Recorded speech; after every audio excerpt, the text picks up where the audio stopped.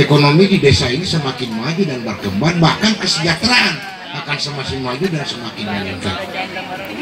Dan kita berharap anak-anak kita tidak lagi nanti berpikir untuk tidak melanjutkan pendidikan dengan pertimbangan bahwa susah belajar. 24 jam listrik akan menyala. Bahkan tidak tertutup nanti kemungkinan mungkin besok Pak sudah ada yang pakai AC di sini Pak. Itu sangat luar biasa.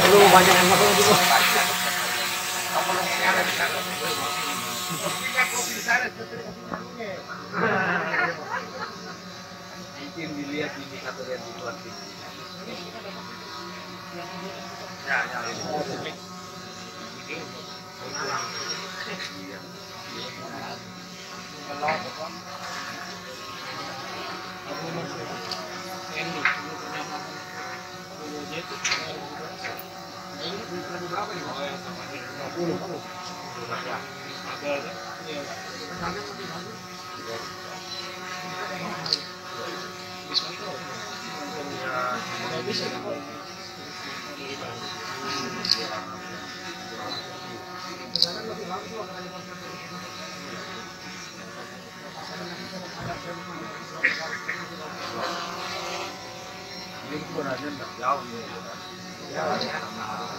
Ini